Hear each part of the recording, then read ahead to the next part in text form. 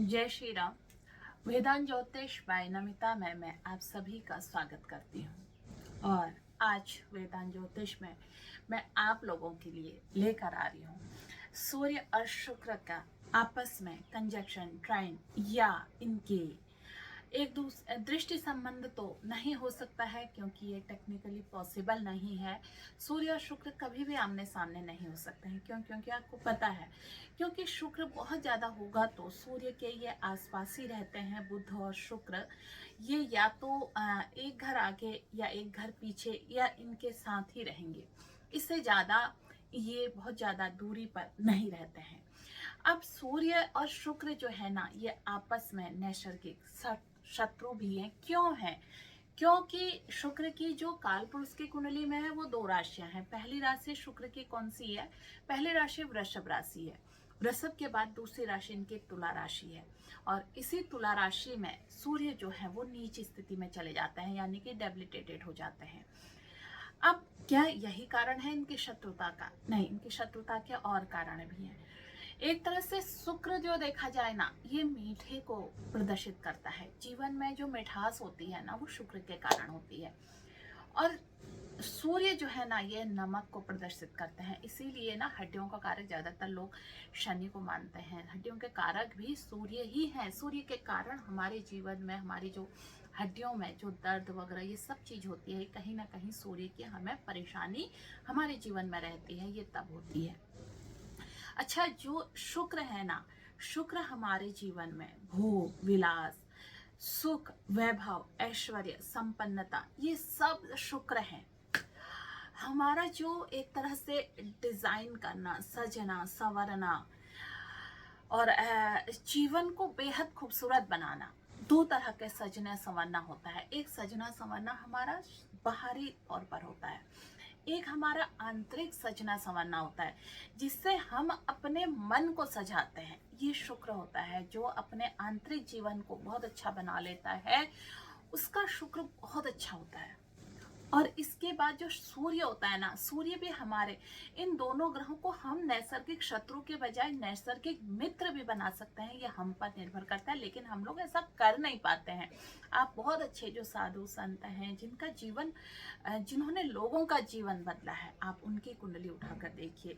उनके उसमें अगर सूर्य और शुक्र साथ भी होंगे ना, उन्होंने अपने जीवन को बहुत सुंदर तो बनाया होगा, लेकिन समाज का जीवन और सुंदर, लोगों को मार्गदर्शन दिया है। ऐसे लोगों ने लोगों का जीवन तब्दील किया है। पर होता क्या है, जब हमारे साथ ये इसके साथ और पाप ग्रह आ जाते हैं, यानी कि जैसे राहु आ गए, केतु आ गए और साथ में मंगल आ गए। मंगल अगर सूर्य के ट्राइन में भी आ जाते हैं। अब ये मंगल जो है ना, पाप ग्रह तो है ही है ना, जीवन को ये क्या करता है, क्रोध जो है अग्नि प्रज्वलित कर देते हैं। अब सूर्य जो है ना, हमारा अहंकार भी है।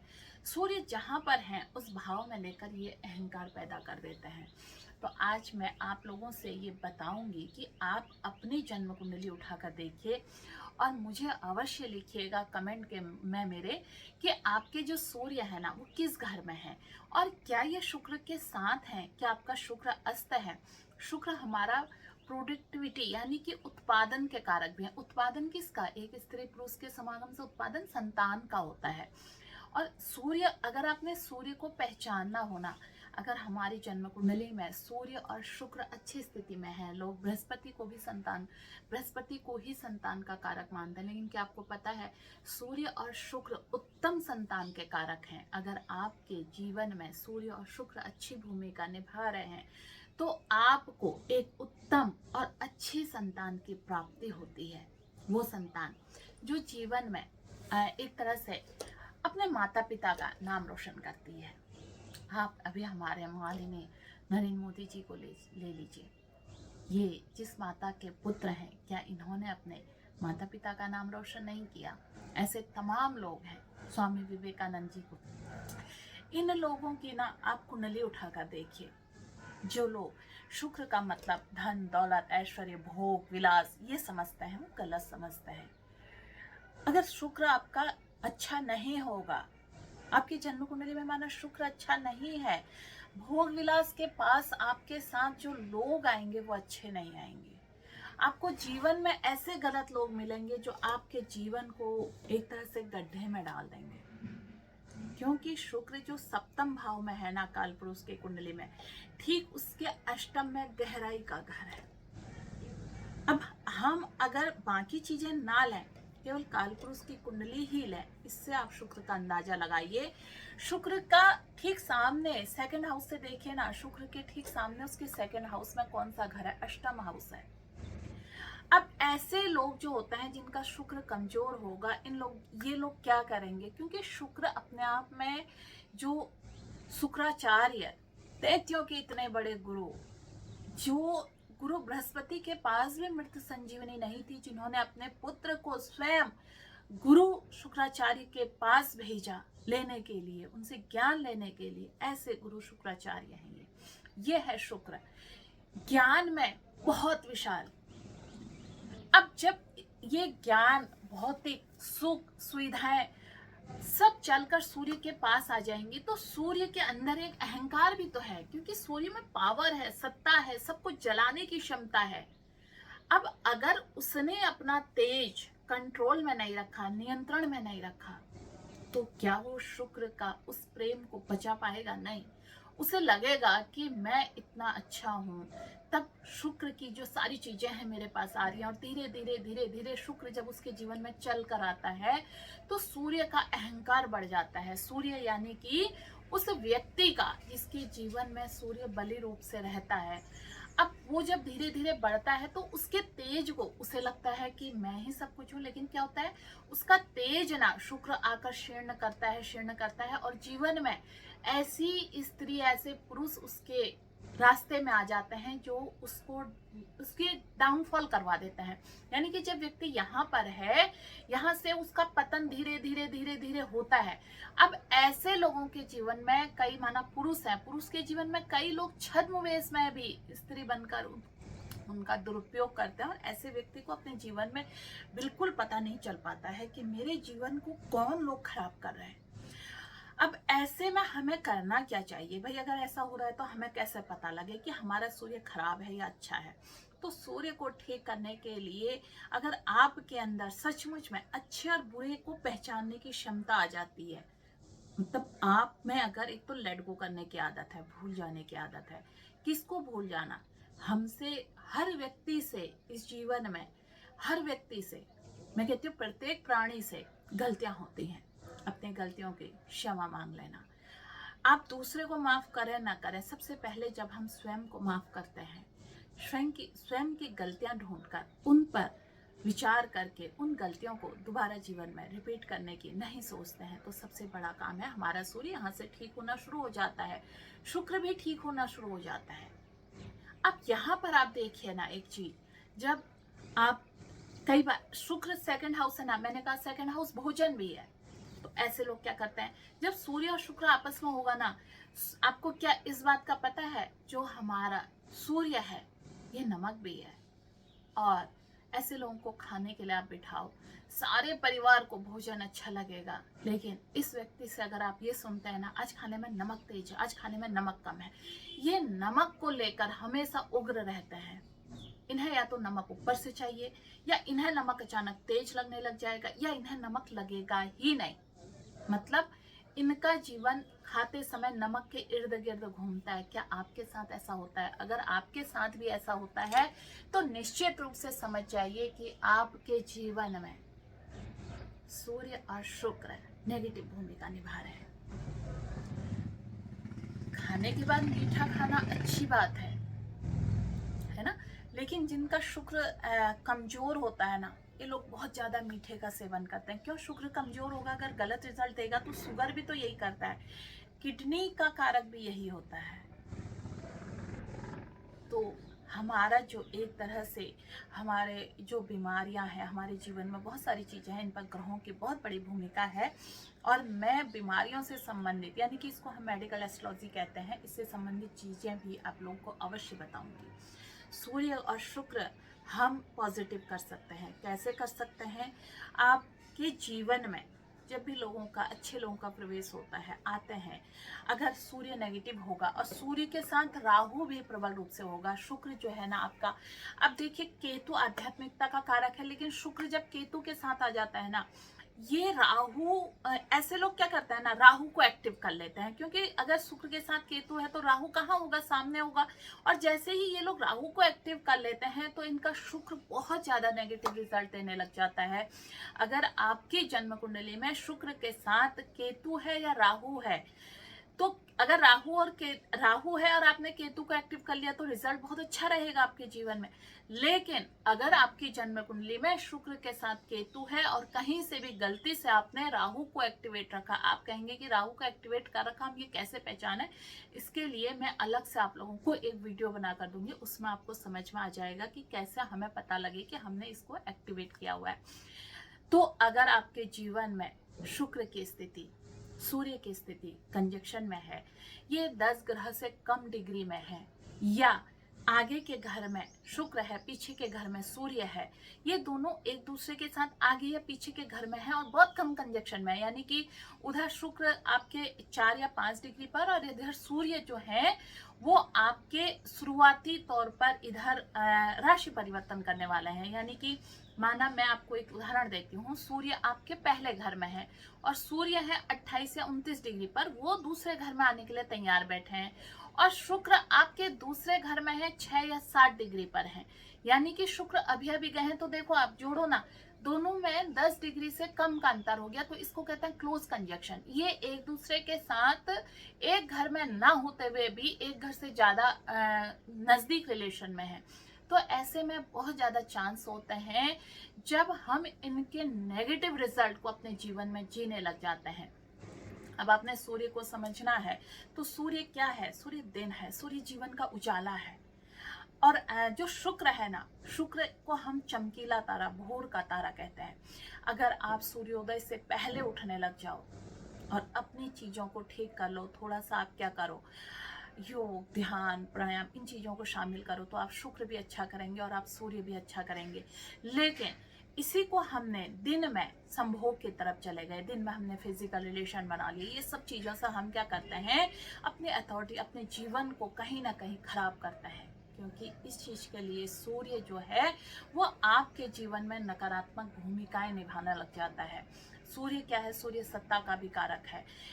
अगर सूर्य के समय पीरियड पर आपने गलत किया है और आपके जैसे ही पूर्ण पुण्य कर्म क्षीण होते हैं, खत्म होते हैं, क्योंकि कई लोग आपने सुना होगा ना, कहते हैं कि अरे वो तो इतना पाप करता है, इतनी चीजें करता है, उनका तो कुछ नहीं होता, दिन पर दिन उनका जीवन बढ़ते जाता है।